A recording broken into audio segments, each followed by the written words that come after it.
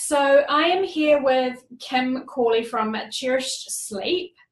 She is a baby and child sleep consultant, and we are going to be talking a little bit about children and sleep, obviously, and melatonin, which is a huge issue that we've noticed in a lot of the mum groups lately, and parenting groups, that there are a lot of parents asking for sleeping pills to give their children and sleep aids and melatonin and stuff like that. So we just wanted to talk a bit about melatonin and helping kids sleep and that kind of thing. So Kim, to start us off, do you want to tell us a little bit more about what you do? Yeah, thanks Shannon, and thanks for having me on today. I guess I'll start with my background. First and foremost, I'm a mum, and I think that's really important. I've been on this parenthood journey, and it is a bit of a roller coaster. And I came into the sleep business a little bit later than most. So I've actually been where a lot of parents have been, and I've struggled with sleep, which is why I started with this. My son was actually 7 at the time, and there was nowhere to go, and I didn't know where to turn. Okay, so hence Cherished Sleep was founded. Okay, so I have 2 school-age children now. Mm-hmm. One has dyslexia and ADHD, and that keeps me on my toes. Okay. And really, I've been in health and education all my life, so it just made sense to certify in sleep. So I actually did my sleep certification overseas, which is different to most, and started Cherished Sleep. So in a nutshell, I help babies and children sleep well, okay? And I help their parents develop healthy sleep habits and make behavioural changes to entice and encourage this to happen. Yeah. Basically. So my methods do depend on what the sleep issue is, but basically I'm working one-on-one with a lot of families. So that includes 2-hour consultation, because sleep is complex, okay? There's no quick fix, unfortunately. And it includes a personalised sleep plan, and basically it's about dedicated support, because change is hard, okay? And sleep habits are the most habit-forming behaviour we have. So, yeah, it makes sense that it can be hard to change. Yeah. So I also run seminars and group webinars to help encourage healthy sleep habits. Yeah. And that's really to avoid potential sleep issues, because prevention obviously is easier than a cure. And really having a little bit of knowledge around sleep is really powerful, and knowing what you can and can't change and what could be habit forming and problematic. Yeah. So I was just going to point out as well that sleep is the most powerful indicator of how long we live. And it actually beats nutrition, diet, and genetics. Yeah. Yeah, so it's important. Yeah, it's very important, yeah. It's kind of one of the pillars of all health, and if that falls down, everything else is just going to be a knock-on effect, really, isn't it? That's right, yeah. So what are the most common problems that you get asked to solve? These are big. Common problems will be the younger children would be they'll only fall asleep if feeding to sleep. Yeah. And that could be nursing or bottles. Mm-hmm. It could be that they don't know another way to sleep. Yeah. When dummies become an issue. Now, dummies for young children become issues because they fall out, quite simply, in deep sleep. Yeah. And then it requires a parent to go in and pop them back. And even with older children that can find it themselves, it becomes an issue when they outgrow it. Mm-hmm. And also when it's breaking up their consolidated night sleep, because that large chunk of night sleep is really important. I also help if the only way to get an age-appropriate nap is in the car or rocking or bouncing or in a pram and that. Children that will only sleep in mum and dad's bed. Now, I'm going to clarify that, because if co-sleeping works for you and everyone's enjoying it, it's not a problem, okay? Yeah. It's working. But when children get a bit too big and they're, moving and squirming and no one's getting the rest they need, that's when it can be problematic. Sorry, the sun's just come out. And basically, if you didn't plan on co-sleeping, that can really muck things up for you in your lifestyle. The other big one is children that wake frequently throughout the night, okay, or they take a very long time to fall asleep, and it's really, really common. There's still a myth out there that children will outgrow frequent night wakes, and it is totally true. Some people do, some children do. It's normally around 2 to 3 years, but there are a lot of children that don't outgrow those frequent wakes. And I'm working with a lot of children age 8 or 9 who have never slept through the night. Oh, wow. Yeah, so these children actually need to be taught to sleep well, and it's totally possible without sleeping pills. But it takes a little bit of time and effort, okay? And even if they fall asleep at, learn to sleep through the night at age 3, that's a really long time to be sleep deprived if it is causing a huge impact, and it really doesn't need to be that way. And I was a little bit late to that party, and so I want to share that message that it doesn't have to be this way. Great. So as I mentioned before, we've seen a lot of parents ask in groups lately about sleeping pills for their children and that kind of thing. And in particular, one of the ones that's been asked about is melatonin. Now, I believe melatonin you can't get in New Zealand without a prescription, but there are certain herbal things that you can get that have melatonin, and I know a lot of people are getting it from iHerb as well.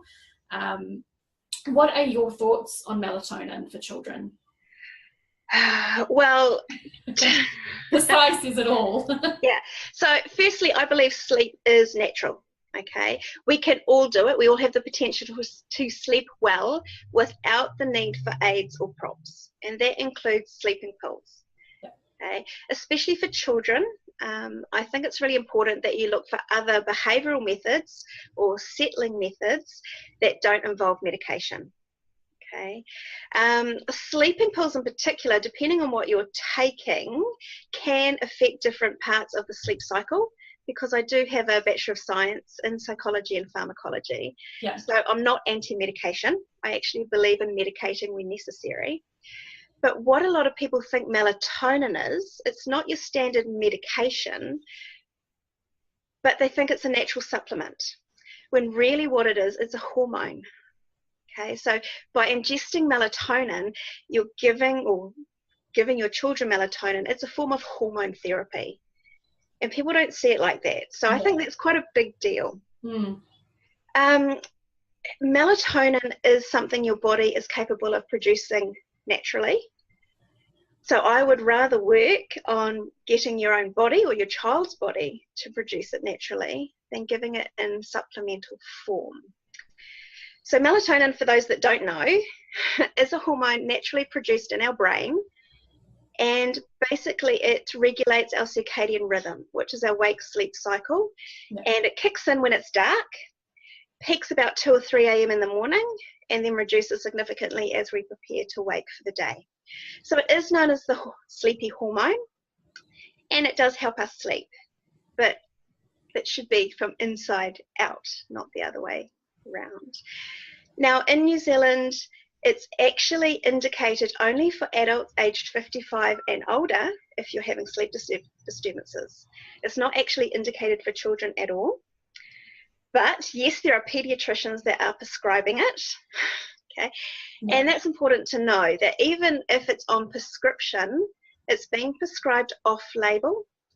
What that means is it's being prescribed for a reason it wasn't intended for originally.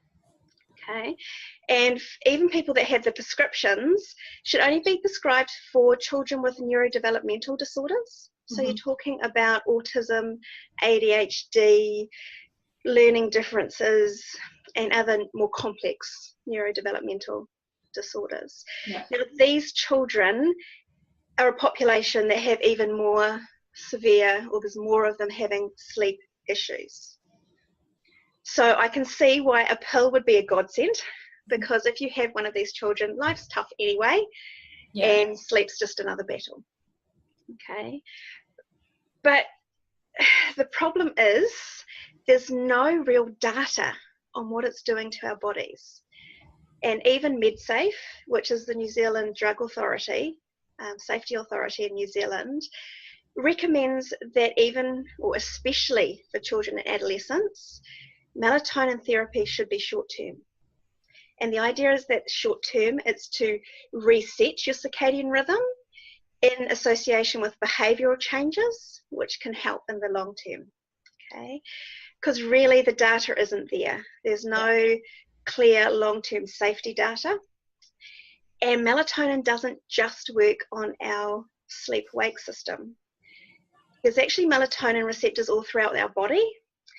So when we're ingesting it, it's affecting the whole balance of our body and other things. Yeah. And as a parent, what concerns me is that it's been implicated, along with lots of other things, in the onset of puberty and ovulation. Oh, right. So it's about weighing up the risks that if no one knows yet what the long-term effects are going to be, is it worth it? Okay, and that's a bit of a biggie for me. And mainly, around prescription. Sorry if that light's a bit funny. Yes, there are some children that are really going to benefit with melatonin, and there is a subgroup of autistic children on the spectrum whose bodies don't make enough melatonin. But that's actually reasonably rare, and it's quite a small subset. And if you're that parent of that child, you'll know, and there's nothing to be concerned about. But the number of prescriptions being given out make it seem a lot more common than it really is. Yeah. Okay. The other thing to note, that you mentioned iHerb, and that's people going around the system and getting it, so not on prescription, and finding other ways. It's really important to note that in other countries, especially the United States, they do consider melatonin a supplement. So it hasn't gone through any thorough testing that normal pharmaceuticals would. So there's no FDA regulation, the Food and Drug Administration in the States. What that means is you can get such a variety of dosages and formulations because there's no consistency. You really don't know what you're getting. Yeah. And that's not to mention that if you want the real natural form, it actually comes from pigs and cows' brains.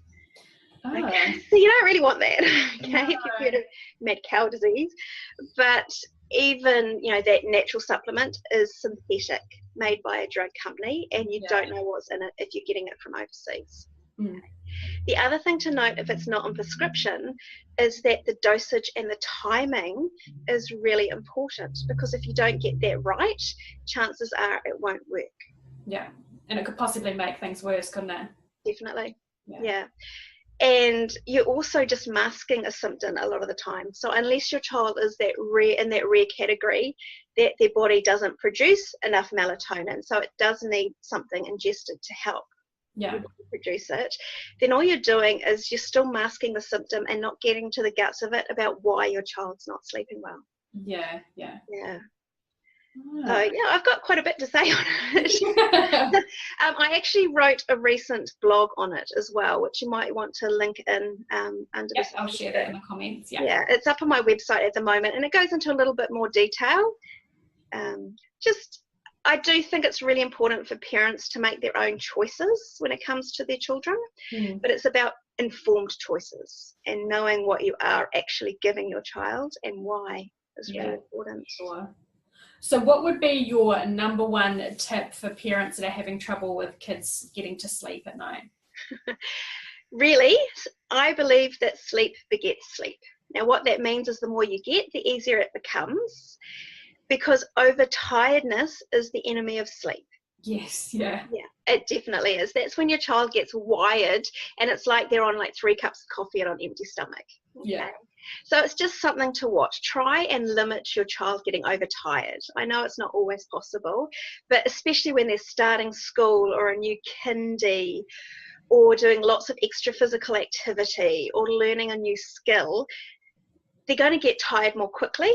So it often means they need to go to bed more or earlier. Okay. And if they are overtired, it makes it harder to sleep, harder to stay asleep, and that's when early mornings kick in as well, which is another common complaint. Another bonus tip is to limit screen time before bed. Yes. Yeah, so the white, blue, green frequency of light, which is your screens and also natural sunlight, ironically enough, it actually inhibits your natural melatonin production. Okay, so that's going to make it harder to fall asleep as well. So no screens an hour before bed if you are having issues with your child falling asleep. And, you know, even those screens can sometimes be highly stimulating and addictive for some children as well. And that doesn't help right before bed either. Yeah. Yeah, so that's my main 2 top tips: over tiredness and limit screens. Yes, I agree wholeheartedly with the limiting screens. I still tell that to adults, so adults even still have that problem. So definitely, if your phone has, and you have to be on your phone or computer, make sure it's on night shift mode. What that does, it gives it a yellow glow, so it's not as blue and in your face. Yeah. Awesome. Well, thank you so much for your time, Kim, and for all your little nuggets of gold there. Did you have anything else that you wanted to finish off telling everyone? You're welcome. Just when I think, because I am a baby, child and sleep consultant, I do have the qualifications, the Bachelor of Science in Psychology and Pharmacology, but a lot of people still think child sleep consultant, cry it out. Now, I don't offer that as a method at all. And they also think babies. Now, I work with children up to 10. Awesome. So there is help out there now. I struggle to find it, which is why I'm offering it to other families. And I think if you link the blog, you'll find my website, and I offer free initial calls so you can have those sleep evaluations as well. Get you on the path to better sleep. Thanks so much, Shannon. Thanks. Bye.